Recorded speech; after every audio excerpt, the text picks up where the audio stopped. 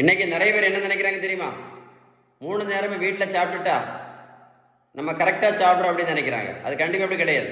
நீங்களே பார்த்துருப்பீங்கல்ல, ஆஃபீஸில் ஒர்க் பண்ணுவாங்க சிலவங்க பார்த்துருக்கீங்களா? ஆஃபீஸில் சில லேடிஸ் ஒர்க் பண்ணுவாங்க. காலையில் எங்கே சாப்பிடுவாங்க?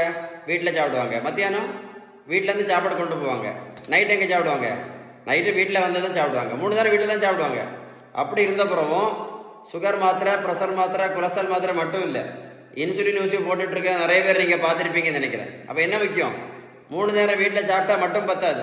சாப்பிட்ற உணவு கரெக்டாக பேலன்ஸ்டு டயட்டாக இருந்தால் மட்டும்தான், நல்லா கேட்டுடுங்க, பேலன்ஸ்டு டயட்டாக இருந்தால் மட்டும்தான் இந்த ஆபத்தான இன்சுலின் ரெசிஸ்டன்ஸ் வராமல் தடுக்க முடியும். இது வந்துச்சுன்னா சுகர் மாத்திரை, ப்ரெஷர் மாத்திரை, கொலஸ்ட்ரால் மாத்திரை மட்டும் இல்லை, இன்சுலின் ஊசி கூட என்ன பண்ண முடியாது, நிறுத்த வாய்ப்பே கிடையாது.